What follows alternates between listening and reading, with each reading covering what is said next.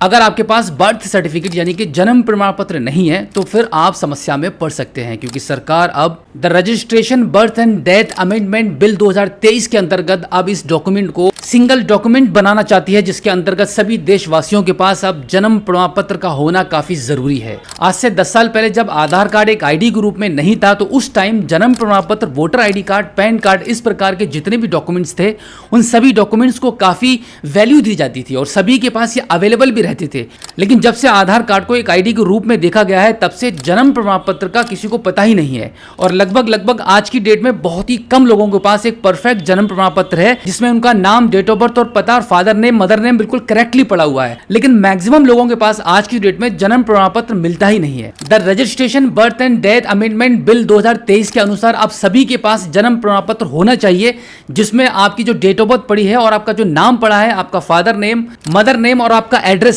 जो भी आपके जन्म प्रमाण पत्र में होगा उसी को सच और सही माना जाएगा। इसके अलावा आपके पास जो भी डॉक्यूमेंट्स हैं, आपका Aadhaar card, PAN card, bank passbook, passport कुछ भी रहेगा, ड्राइविंग लाइसेंस, वो आपका जन्म प्रमाण पत्र के रूप में नहीं माना जाएगा। अब यहां पर मैं आपको बता दूं कि अगर आपके पास बर्थ सर्टिफिकेट नहीं है तो आपको कैसे कैसे समस्या पड़ सकती है। सबसे पहले तो ये जान लीजिए कि आने वाले टाइम में जितने भी डॉक्यूमेंट्स ऐसे हैं जो आप बनवाने पड़ते हैं आपको, जैसे कि अगर आप पासपोर्ट बनवाते हैं, आधार कार्ड बनवाते हैं, स्कूल में दाखिला, स्कूल या यूनिवर्सिटी में आपको एडमिशन चाहिए तो उसके लिए भी आपको आपका लेटेस्ट जन्म प्रमाण पत्र चाहिए जिसमें आपकी एक्यूरेट इंफॉर्मेशन होनी चाहिए जो एक्चुअल में है और वही डिटेल्स आपके बाकी के डॉक्यूमेंट्स में भी सेम होनी चाहिए। और इसी के साथ में अगर आप प्राइवेट या गवर्नमेंट जॉब के लिए अप्लाई करते हैं तो वहां पर भी आपसे आपका बर्थ सर्टिफिकेट मांगा जाएगा। इसी के साथ में अगर आपको वोटर आईडी कार्ड में करेक्शन कराना है या फिर आपको नया वोटर आईडी कार्ड बनवाना है या फिर आपको एक नया वोट के लिए अप्लाई करना है या फिर आपको ड्राइविंग लाइसेंस बनवाना है तो इसके लिए भी आपसे अब बर्थ सर्टिफिकेट मांगा जा सकता है। तो बिल्कुल प्रिपेयर रहिएगा, आपके पास बर्थ सर्टिफिकेट होना चाहिए क्योंकि सरकार अब बर्थ सर्टिफिकेट को एक सिंगल डॉक्यूमेंट बनवाना चाहती है। क्योंकि अब तक देखा यह गया है कि मैक्सिमम लोगों के पास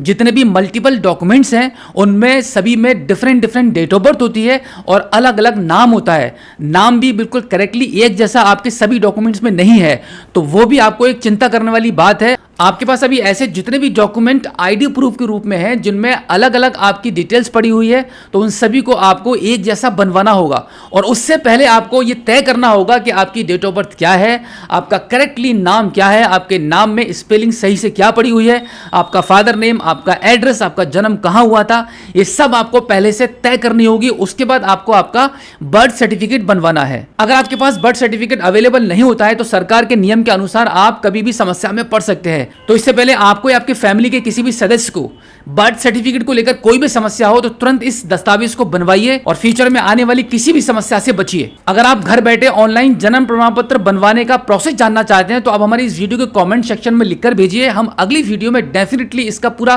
कंप्लीट प्रोसेस बताएंगे कि घर बैठे ऑनलाइन जन्म प्रमाण पत्र कैसे आप बना सकते हैं। तो उम्मीद करता हूं कि आज की इस वीडियो में जो जानकारी मैंने आपको दी है आई होप आपको काफी अच्छी लगी होगी। अगर आप पहली बार हमारे स्मार्ट शॉप यूट्यूब चैनल पर आए हैं और अभी तक आपने हमें सब्सक्राइब नहीं किया है तो प्लीज एक बार सब्सक्राइब जरूर कीजिए और बेल आइकन को प्रेस कीजिएगा। तो चलिए दोस्तों, मिलते हैं आपसे किसी और एक अगली वीडियो में एक नई जानकारी के साथ, एक नई अपडेट के साथ और एक नए जोश के साथ। तब तक के लिए जय हिंद।